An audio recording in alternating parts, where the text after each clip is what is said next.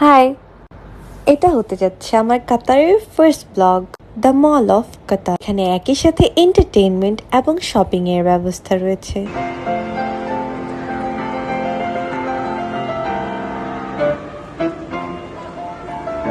এখানে সবাই যেমন শপিং করতে পারে, সেই সাথে তাদের লেজার আওয়ার এখানে খুব সুন্দরভাবে স্পেন্ড করতে পারে। এখানে পেরেন্টসরা তাদের বাচ্চাদেরকে নিয়ে খুবই ভালো একটা কোয়ালিটি টাইম স্পেন্ড করতে পারে। এখানে second floor and the third floor both আর ফর বেবিস।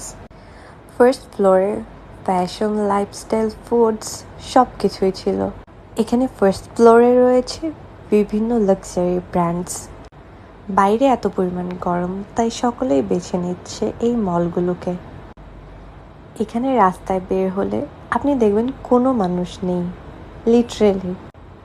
বাট এই মলগুলোতে এলে এত পরিমাণ মানুষ দেখা যায়। আমি যখন ফার্স্ট বের হই বাইরে, আমি বলতেছি যে এখানে কোনো মানুষ নেই কেন।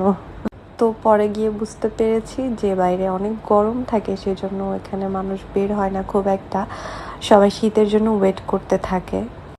এনিওয়েজ, এরপর আমরা চলে যাচ্ছি স্ন্যাক্সের জন্য। এই স্টলের লোকগুলো ছিল বাংলাদেশি। প্রাইস বলার পর যখন আমরা বলতেছিলাম নিজেদের মধ্যে দাম বেশি, তো তখন ওনারা বলতেছিল ওনারাও বাংলাদেশি আমাদের মধ্যে। তারপর আমরা খাবার এনজয় করছিলাম। খাবারের টেস্ট 9 out of 10।